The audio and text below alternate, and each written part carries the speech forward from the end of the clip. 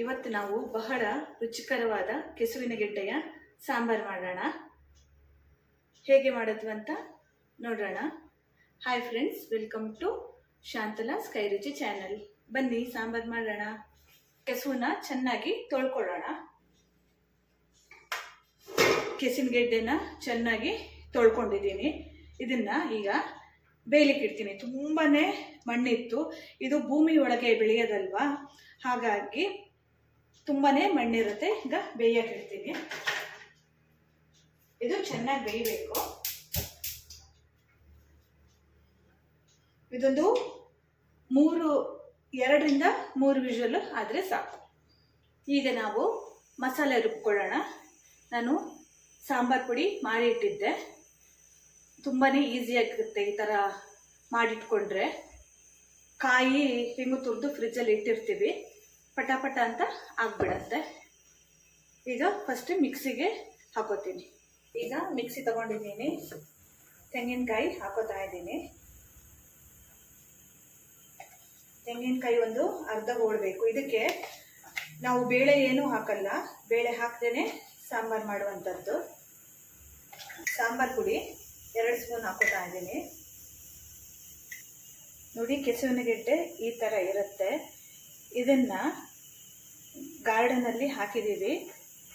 ಎಲೆ ಎಲ್ಲ ಬಂದಿದೆ. ಒಂದ್ಸಲ ಎಲೆದು ಪತ್ರೊಡೆ ಮಾಡಿದ್ದೆ, ಆ ರೆಸಿಪಿನೂ ಹಾಕಿದ್ದೀನಿ ನಾನು. ಆ ಎಲೆಯಲ್ಲಿ ಚಟ್ನಿನೂ ಮಾಡ್ಬೋದು. ಸ್ವಲ್ಪ ಇದಕ್ಕೆ ಉಪ್ಪು ಹುಳಿ ಖಾರ ಜಾಸ್ತಿ ಬೇಕಿಲ್ಲ ಅಂದರೆ ಬಾಯಿ ತುರ್ಕೆ ಬರುತ್ತೆ.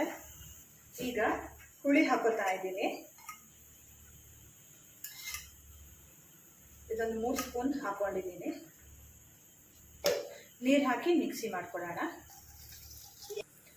ನೋಡಿ, ಮಿಕ್ಸಿ ಮಾಡ್ಕೊಂಡಾಯ್ತು. ಅಲ್ಲಿ ಕುಕ್ಕರ್ ಕೂಲ್ ಆದಮೇಲೆ ನಾನು ಯಾವ ಥರ ಬೆಂದಿದೆ ಅಂತ ತೋರಿಸ್ತೀನಿ. ಈಗ ನೋಡಿ, ಕುಕ್ಕರ್ ಕೂಲ್ ಆಗಿದೆ, ಚೆನ್ನಾಗಿ ಬೆಂದಿದೆ, ತುಂಬಾನೇ ಬಿಸಿಯಾಗಿದೆ. ಇದ್ರದ್ದು ಸಿಪ್ಪೆನೆ ತೆಕ್ಕೋಬೇಕು. ಬಿಸಿ ಬಿಸಿ ಇದೆ. ಸ್ವಲ್ಪ ತಣ್ಣೀರು ಹಾಕೋತೀನಿ. ಈಗ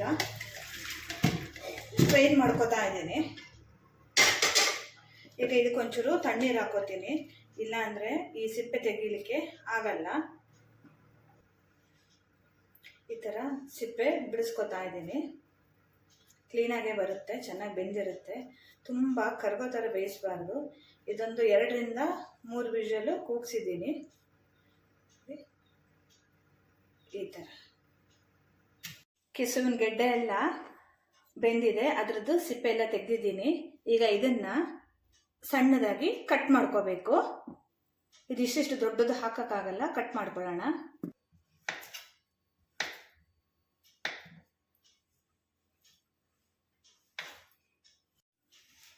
ಕಟ್ ಮಾಡಿದ್ದನ್ನ ಪಾತ್ರೆಗೆ ಹಾಕೋತಾ ಇದ್ದೀನಿ.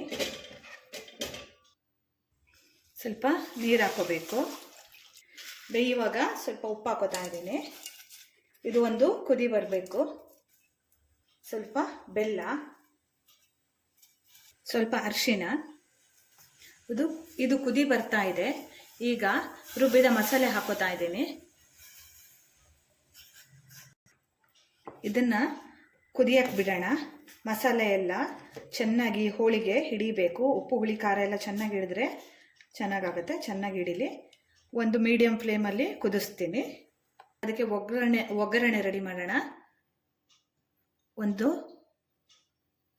ಸೌಟಿಗೆ ಎಣ್ಣೆ ಹಾಕೋತಾ ಇದ್ದೀನಿ. ಸಾಸಿವೆ. ಈ ಸಾಂಬಾರಿಗೆ ಬೆಳ್ಳುಳ್ಳಿ ಒಗ್ಗರಣೆ ಬಿದ್ರೇ ಚೆನ್ನಾಗಿರುತ್ತೆ.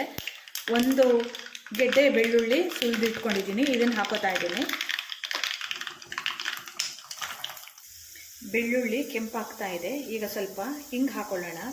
ಈ ಕೆಸು ಸ್ವಲ್ಪ ಗ್ಯಾಸ್ ಹಿಂಗೆ ಬೀಳಬೇಕು, ಅದಕ್ಕೆ ಸ್ವಲ್ಪ ಹಿಂಗೆ ಹಾಕೊತಾ ಇದ್ದೀನಿ. ಈಗ ಒಗ್ಗರಣೆ ಇದಕ್ಕೆ ಹಾಕೊತೀನಿ. ಸಾಂಬಾರು ಕುದ್ದಿದೆ. ಈಗ ರುಚಿಕರವಾದ ಕೆಸುವಿನ ಗೆಡ್ಡೆಯ ಸಾಂಬಾರು ರೆಡಿಯಾಗಿದೆ. ರೆಸಿಪಿನ ನೀವು ಒನ್ ಟೈಮ್ ಮಾಡ್ಕೊಳ್ಳಿ. ಹೇಗೆ ಬಂತು ಅಂತ ಕಾಮೆಂಟ್ ಮಾಡಿ. ವಿಡಿಯೋ ಇಷ್ಟ ಆದರೆ ಲೈಕ್ ಮಾಡಿ, ಶೇರ್ ಮಾಡಿ. ಯಾರು ನನ್ನ ಚಾನೆಲ್ ಸಬ್ಸ್ಕ್ರೈಬ್ ಮಾಡಿಲ್ವಾ, ಸಬ್ಸ್ಕ್ರೈಬ್ ಮಾಡಿ ವಿಡಿಯೋ ನೋಡಿ. Thank you.